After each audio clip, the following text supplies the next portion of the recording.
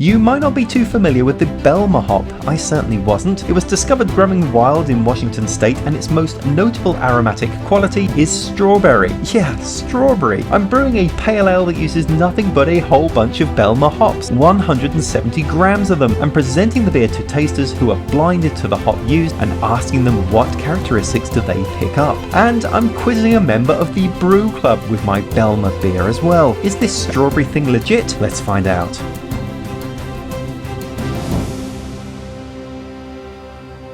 The Belma hop was discovered and developed by Brü Farms in the Yakima Valley region of Washington state. It's a relatively new variety, first commercialized in 2012.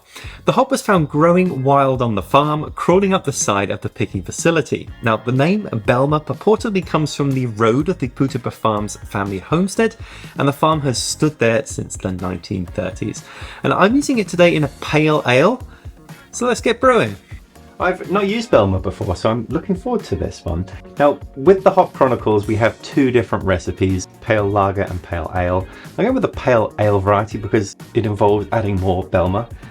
Now, the first thing I need to do is get my water in the right shape of mind. So I'm going to be taking my reverse osmosis water here, adding some water salts. For hoppy beers like this, we want to get to a 3-to-1 ratio of sulfate to chloride. So I have got here my water salts, about 3 grams of gypsum and 8 grams of calcium chloride, which will get me that water profile. Look, I think when you're working with a hop that's not already familiar to you, it makes a lot of sense to do a brew like this that is just this hop for bittering, this hop for aroma, this hop for flavor, because I really will get to see what it can do. And the recipe for the pale malt bill is really simple. It's just 10 pounds of pale malt and then 2 pounds of Vienna. Mash temperature is 152 Fahrenheit, 67 Celsius, mashing for 1 hour. There is so much fermentation going on to my left right now. Let me show you. Yeah, behind me here I've got 3 fermenters fully filled, ready to go. And then down here, right there, I've got the fermenter for today's beer as well. I'm gonna have 4 on the go at once. Love it. Now, according to the Yakima Valley Hops website, Belma offers moderate alpha acid levels that usually range from 8 to 12%. It's a dual purpose hop, suitable for bittering, but it's the flavour and aroma I'm most interested in. I keep hearing Belma equals strawberry, but I think there's a bit more to it than that. Yakima Valley Hops reports its aromas are a wide variety of fruits, including melon, tropical fruits, and yes, that unique strawberry. Dr. Shellhammer from Oregon State University noted Belma as a very clean hop with a very orange, slight grapefruit, tropical, pineapple, strawberry and melon aroma. I've also heard Belma described as a milder citra with less citrus, and while fruity aromas are common, to not expect something as bold as a New World hop. So let's get it added to the beer. Now with this recipe, I want to get ultimately to an IBU of 40, but adding as many hops in as possible. So we have a set schedule for this.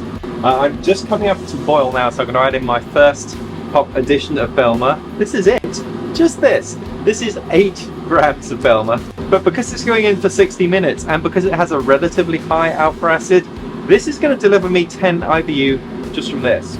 In it goes. As for the rest of the hop schedule, I'm going to be adding in 10 grams of Belma at 30 minutes, then 20 grams at 10 minutes, 20 grams at 5 minutes, 56 grams at 2 minutes, and then I will also dry hop this beer. 56 grams of that will go in at the dry hop stage as well. So let it boil. I've chilled the wort and added into my X2 fermenter. Original gravity came in at 1057. Time to add the yeast. This is it. Flagship is the yeast for the pale ale recipe. I'm going to pitch this at 66 Fahrenheit, 119 Celsius. A few days later, I added my dry hop addition, 56 more grams of Belma, before cold crashing the beer, carbonating, and serving it to a special guest. So to try this beer, and I haven't told him what the beer is, right? No. But I have Will, who's a local member of the Brew Club. Welcome. Hello, everyone. I'm not going to tell you anything about what's in the beer just yet. Sounds good. Because I have a little quiz for you. Oh, all right. All I'm going to tell you is this is a pale lager recipe. Okay. and it has a hop in it. Single hop. Color-wise of the beer, a little Like a cloudy. light straw. Yeah. Light straw. Get a whiff. A little fruitiness, maybe. Yeah, I think I get that too. Mostly tropical fruit. Maybe some berry. Hard to tell with the foam. Do the old finger trick. What's the finger trick? I've always noticed, like, if you have a beer with some head on it that won't go away if you stick your finger in it. I think it's the oils from your finger, like, knocks down the head. Oh, okay. I've just noticed that over the years. Scientific research I've done. That's what I'm going with. Tropical fruit. Some berry. Yep. Maybe some stone fruit in there. It's nice though. It's nice. I don't get any off aromas. Makes me wanna taste it. Well, let's do that. All right, let's do it. So you get a little pine, little resinous maybe on the taste. Still get the tropical. It's got a nice bitterness. It's tasty. I like it. Now, I do have a little challenge for Will, but first, what did everybody else think? Well, I served the beer to 23 participants who were asked to fill out a survey on the aromatic and flavour characteristics they picked up on. What did they report? Well, the most commonly reported aromatic qualities were citrus, tropical fruit, and melon. For flavour, citrus and melon also scored highly, along with spicy and resinous.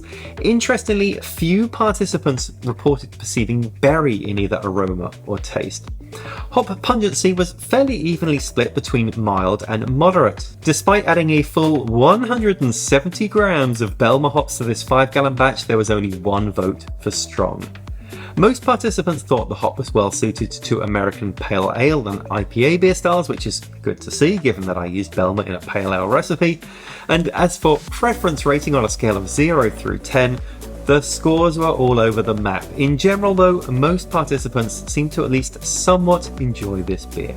Now, I wanted to see if Will could pick this hop out from a lineup, and I was also curious to learn a bit more about the Brew Club. I mean, it's a great online Brew Club. We got a lot of guys that are super competitive in competitions across the country. They're really good about giving out tips and tricks. A lot of them are very active with the Master Homebrewers group, which is a competition style club. And then it's just like a lot of like really positive interactions between, active members that want to, talk about beer, talk about ingredients, talk about equipment. Now, one of my favorite things that you guys do is this Average Brew series.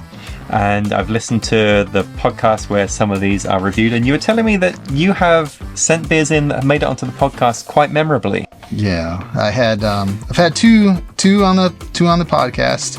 One was the notorious New Zealand Pilsners that mostly turned out purple, and then the other one was the more recent West Coast Pilsner, which everybody's turned out pretty good. So that's a really fun way to get involved. The Average Brew series, you don't have to be a member of the Brew Club to participate. Those are announced on the Facebook group, the Average Brew recipe. And what we do is, as a group, the learned brewers kind of vote on a style that we want to do for the quarter, and then that all goes into what comes out as for the Average Brew template. I've brewed styles that through that I wouldn't normally brew. It's like a good way to get out of your rut, brew something maybe you never would have, use a yeast or an ingredient maybe you wouldn't never have thought of. Okay, so I want to sort of quiz you as to what hop you think this is, but I think that's a really, really difficult question. Right. So to help, I've narrowed it down to 3. So I've got 3 hops here written on cards, and this beer is one of these hops. It's either Saaz, or it's Hallertau Blanc, or it's Belma. And I wrote the 3 most likely flavors and aromas that this imparts. From those 3, which do you think maybe it would be? I definitely don't get earthy, woody, herbal, so I'm gonna eliminate Saaz right off the bat. I did get berry out of the aroma. There's strawberry and then there's gooseberry. I would say I gotta go with Hallertau Blanc as the hop. I don't really get much citrus. I get mostly tropical and passion fruit. So I'm gonna go with that. Go with Hallertau Blanc. Okay. How confident do you feel on that one? Is that a wild guess or? I would say it's I'm locked in, but I would say I'm a 1/3 confidence level that it's correct. Okay, so the answer is I added 170 grams of Belma. I'm not really that surprised. when it comes to those descriptors, it'd be pretty hard to pick apart. So close, Will. Now, look, I opened this video by describing this as the strawberry hop, and it's funny because to me this absolutely does have a strawberry aroma, and Will picked up on a berry aroma too, but most participants didn't. Perhaps my preconceptions play a role in that. This hop is supposed to offer strawberry aromas, so strawberry is what I smell. I mean, either way, I really enjoyed what Belma added to this beer, and I'm happy to have discovered it. Now, another hop I was not familiar with until recently is Kazbek, and you can find out what an all Kazbek beer tastes like in this video here.